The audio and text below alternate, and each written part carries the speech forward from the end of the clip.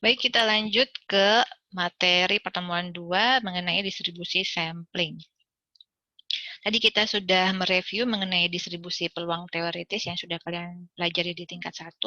Berikutnya kita akan membahas distribusi sampling. Kita bahas dulu apa itu sampling. Sampling itu adalah penarikan sampel. Jadi, pada saat kita ingin mengambil keputusan terkait populasi, tentunya kita memerlukan informasi yang lengkap dari populasi.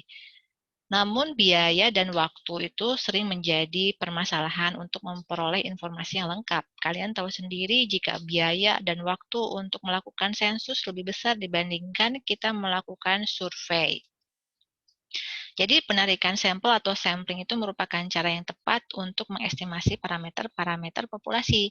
Jadi dari suatu populasi itu kan menghasilkan suatu parameter-parameter yang merupakan informasi yang kita perlukan itu. Nah, kemudian dengan cara menarik sampel, kita akan mengestimasi informasi yang ingin kita dapatkan tadi berupa namanya adalah statistik, ya.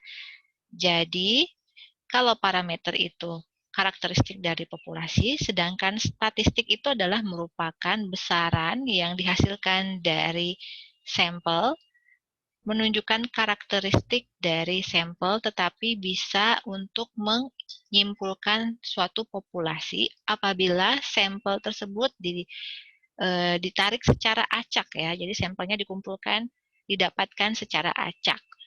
Nah, mengenai penarikan sampel ini akan kalian pelajari di mata kuliah metode penarikan contoh di tingkat 2 juga. Saya tidak akan membahas terlalu detail mengenai metode-metode penarikan sampling ya yang acak atau yang probability maupun yang non-probability. Tetapi yang terkait dengan mata kuliah kita metode statistika 2 ini adalah syarat data sampel yang digunakan untuk pengujian hipotesis dan pembentukan selang kepercayaan itu harus berasal dari sampel acak dan berasal atau dengan menggunakan teknik probability sampling. Jadi sampling yang probability, memiliki peluang. Jadi setiap sampel yang berada di dalam populasi tersebut ya, itu memiliki peluang yang sama untuk terambil menjadi sampel. Jadi unit-unit yang di dalam populasi tersebut memiliki peluang yang sama untuk terambil sampel. Itu disebut dengan penarikan sampel acak. Dan itu yang bisa untuk menginferensia atau menggambarkan populasi ya. Jadi kalau sampelnya acak, kita tidak bisa menginferensia suatu populasi. Itu namanya adalah teknik sampling non-probability kalau misalkan tidak acak. Jadi sudah ditentukan sampelnya siapa. Jadi kan kalau kita sudah menentukan sampelnya siapa saja atau apa aja, berarti setiap unit di dalam populasi tersebut tidak memiliki peluang yang sama untuk dijadikan sebagai sampel. Jadi bukan probability sampling lagi. Kemudian, tadi kan kita sudah membahas mengenai statistik yang dihasilkan dari sampel yang merupakan karakteristik dari sampel statistik. Nah, karakteristik apa sih yang biasanya kita ingin tahu? Dari populasi itu biasanya kita ingin mengetahui karakteristik rata-rata, misalkan atau mu dan juga varians atau keragaman yaitu sigma kuadrat. Nah, statistiknya dari mu dan sigma kuadrat itu adalah X-bar. X-bar itu adalah statistik rata-rata dari sampel ya yang kita peroleh dari sampel. Nah, karena kita akan menguji suatu besaran statistik, itu sebenarnya adalah suatu peubah acak. Jadi, peubah acak kita itu adalah berupa X-bar atau rata-rata. Nah, itu adalah salah satu peubah acak yang akan kita bahas di metode statistika 2. Jika ada perbedaan hasil antara yang diperoleh dari sampel dibandingkan dengan hasil dari populasi, maka itu disebut dengan sampling error atau kesalahan sampling. Jadi kesalahannya di pengambilan sampelnya ya, kalau ada selisih antara parameter dengan statistiknya. Nah, itu sekilas mengenai asal-usul distribusi sampling ya atau samplingnya terlebih dahulu. Berikutnya kita masuk ke distribusi sampling satu rata-rata. Kenapa ada istilah satu rata-rata? Berarti kita sedang berbicara mengenai satu populasi. Ya, jadi kita berbicara mengenai satu populasi menghasilkan, berarti dia memiliki satu parameter rata-rata atau satu mu, kan, dan kita akan estimasi rata-rata sampelnya atau X bar-nya. Jadi kita sebut sebagai satu rata-rata. Nih contohnya. Jadi lingkaran yang besar ini adalah satu populasi ya. Kemudian kita melakukan pengambilan sampel dengan teknik probability sampling. Kita lakukan sampling, cara pengambilan sampelnya bisa dengan simple random sampling, bisa dengan stratified sampling ya, atau apapun itu nanti yang kalian pelajari di teknik pengambilan sampel. Lalu kita dapatkan sampel ini ya, sampelnya. Lalu dari sampel yang terpilih ini kita akan mendapatkan informasi berupa statistik sampel ya, karakteristik dari sampel. Kalau di sini nilai parameternya adalah mu di populasi, maka di lingkaran kecil ini atau sampelnya statistiknya adalah X bar. X bar yang di sini bisa untuk menyimpulkan kondisi dari populasi ini. Ini dengan anggapan kita tidak tahu berapa sih sebenarnya mu-nya ya. Contoh gini, kalau kita tidak memiliki data sensus, maka kita tidak tahu sebenarnya rata-rata pendapatan dari penduduk atau pendapatan rata-rata dari rumah tangga di Indonesia ini berapa sih gitu ya, karena kita di sensus tidak mengumpulkan tentang pendapatan. Nah, untuk mengetahui pendapatan rumah tangga ini, kita ambil sampel dengan menggunakan survei Susenas, dan hasil dari estimasi rata-rata pendapatan rumah tangga hasil dari Susenas tersebut kita gunakan untuk menyimpulkan rata-rata dari pendapatan populasi Indonesia ini. Seperti itu ya. Jadi estimasi ini bisa untuk mengestimasi populasi atasnya. Populasinya bisa dalam level nasional atau provinsi atau kabupaten, tergantung ya. Nah, lalu apa istilah dari distribusi sampling? Jadi distribusi sampling itu suatu distribusi dari nilai-nilai statistik yang mungkin dari ukuran sampel tertentu yang terpilih dari suatu populasi. Jadi pada saat kita mengambil sampel dari populasi, sebenarnya sampel yang mungkin terpilih itu tidak hanya satu kombinasi, ya. Misalkan saya punya contohnya, kita lihat di slide berikutnya. Berarti kalau kita berbicara distribusi sampling rata-rata itu adalah distribusi peluang dari seluruh kemungkinan nilai-nilai dari rata-rata sampel X bar. Masih bingung? Kita lihat contohnya ya. Misalkan populasi yang kita miliki ini hanya 4 orang.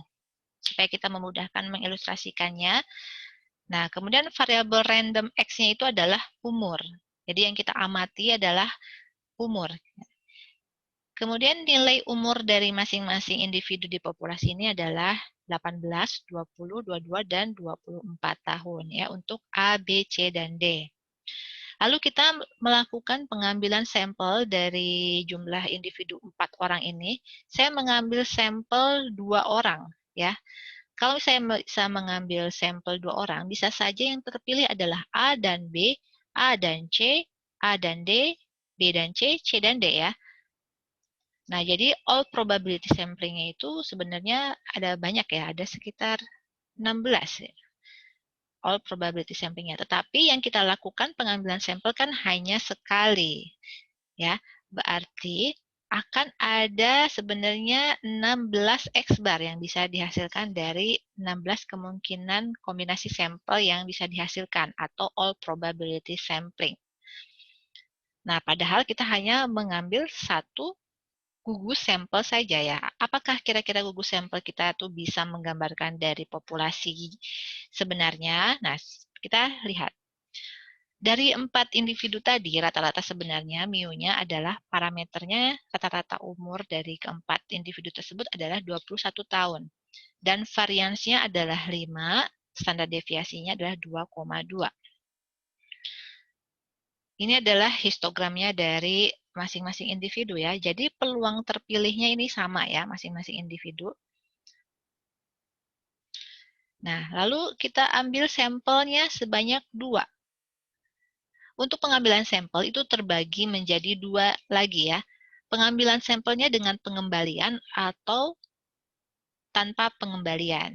Nah, contoh yang diberikan di sini adalah dengan pengembalian. Ya, jadi bisa saja orang itu terpilih 2 kali dalam satu gugus sampel kalau dikembalikan. Jadi ini yang pertama adalah contoh sampelnya yang sama ya. Jadi umurnya sama nih, 18. Berarti ini individunya terpilih 2 kali. Ada sebanyak 16 gugus sampel yang mungkin. Ya. Jadi ada 16 kemungkinan sampel. Lalu dihitunglah rata-rata dari masing-masing gugus sampel ini. Ini adalah rata-ratanya. Gugus sampel yang pertama rata-ratanya 18. Ini ada gugus sampel yang kedua. Sehingga ada berapa? Ada 16 rata-rata. Nah, 16 rata-rata ini kan berarti ada X bar 1, X bar 2, sampai X bar 16. Nah, nilai-nilai dari X bar tersebut, nilai dari statistik itu, akan membentuk suatu distribusi, ya kan? Kita lihat kalau kita buat menjadi histogramnya dari 16 X bar. Sekarang kita sudah berbicara X bar, sudah rata-rata umur, bukan lagi X. Kalau X tadi adalah umurnya, kalau X bar adalah rata-rata umurnya. Makanya kita sudah berbicara mengenai distribusi sampling X bar, satu populasi ya. Ini kalau kita gambarkan dalam bentuk histogram, seperti ini distribusi rata-rata sampelnya, hampir membentuk kurva distribusi normal karena simetris dan puncaknya di sini ya, tengah-tengahnya. Oke, nah kalau kita memiliki data semua gugus sampel, kita bisa melihat distribusi datanya itu yang awalnya tadi uniform sudah membentuk distribusi normal ya.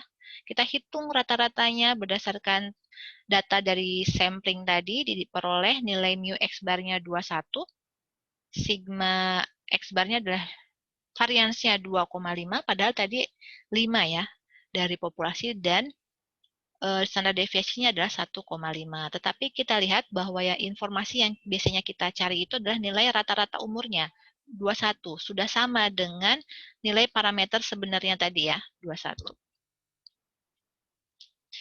Nah, jadi ini perbandingannya ya, antara nilai hasil dari populasi dengan dari distribusi rata-rata sampelnya. Mu-nya sama, yang berbeda adalah simpangan deviasinya, dan distribusinya awalnya uniform berubah menjadi distribusi normal. Oke, ini adalah contoh dari distribusi ya. Distribusi populasinya, kemudian ini distribusi dari samplingnya ya. X bar-nya banyak, berarti dari seluruh possible sampelnya. Kalau digambarkan akan membentuk normal. Jadi intinya, kalau suatu data dalam pengambilan sampel, kalau kita memiliki seluruh all possible sampel, maka nilai statistiknya itu akan membentuk suatu distribusi normal. Jadi pada umumnya itu data atau data yang kita hadapi itu sebenarnya kalau kita lakukan sampel dan banyak itu akan mengikuti distribusi normal ya. Kalau kita bisa simpulkan seperti itu secara singkatnya, walaupun sebenarnya asal-usulnya panjang ya ceritanya. Ini secara umum jadi mu X bar sama dengan mu. Sebenarnya ini secara matematis juga akan dijelaskan di mata kuliah statistik matematik ya. Kenapa mu X bar sama dengan mu itu kalian juga harus paham. Dan sigma kuadrat X bar-nya adalah sigma kuadrat per N. Ini juga ada pembuktian secara matematiknya.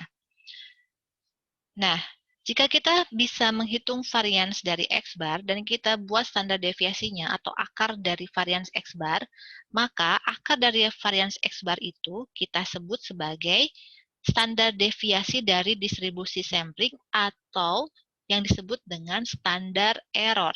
Nah, jadi kalau kalian mendengar istilah standar error, itu artinya adalah standar deviasi dari distribusi sampling X bar. Ya. Jadi kalian sudah kebayang bahwa sebenarnya standar error itu adalah standar deviasi dari distribusi sampling X bar. Bukan dari satu nilai X bar ya. Nah, berikutnya ada teorema central limit theorem. Jadi kalau kita memiliki sampel di mana sampel kita itu tidak mengikuti distribusi normal, kurvanya, ada hukum yang menyatakan apabila ukuran sampelnya itu sangat besar, sampelnya, maka tetap distribusinya tersebut kita dekati dengan distribusi normal, ya. Kalau sampel yang kita miliki itu sangat besar. Karena semakin besar ukuran sampel, distribusi sampling dari X-bar-nya akan semakin mendekati atau menyerupai distribusi normal seperti yang di slide sebelumnya.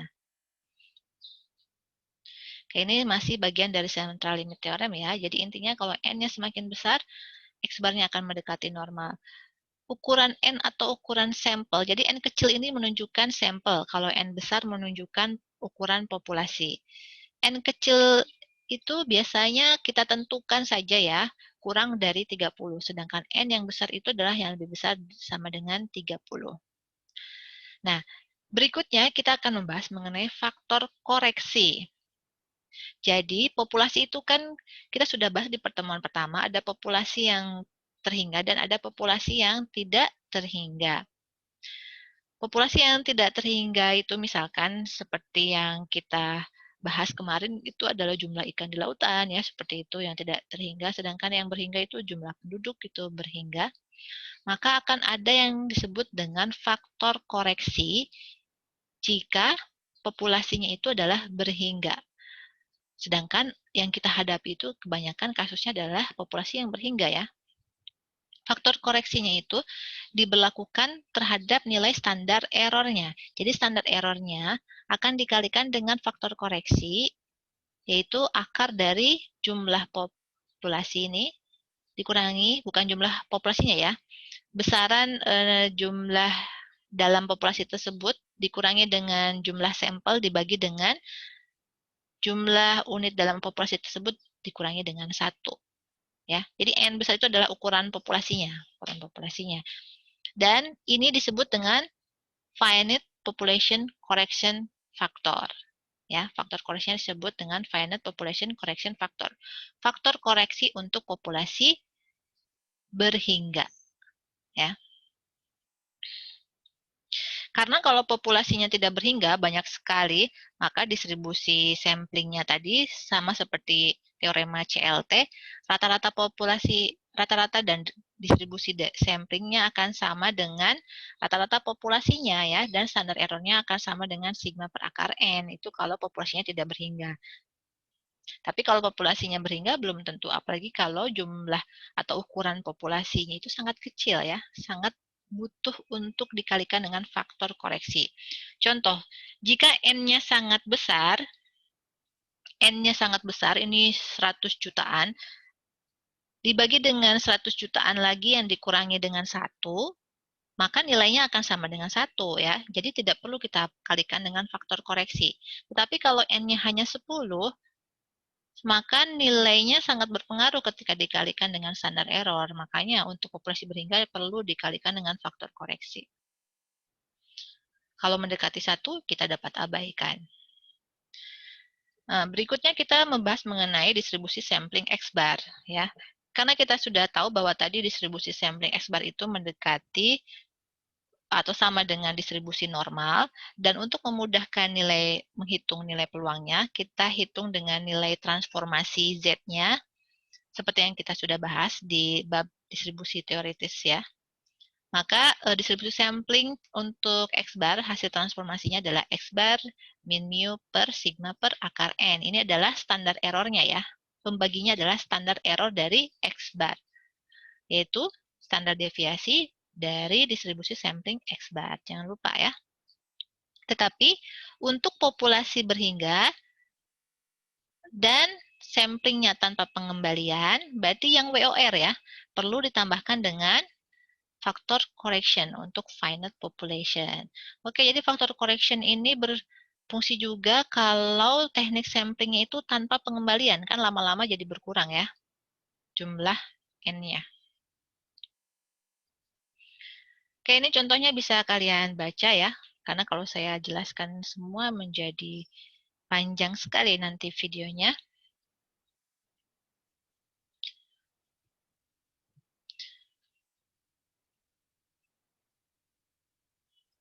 Mungkin saya cukupkan dulu sampai sini ya.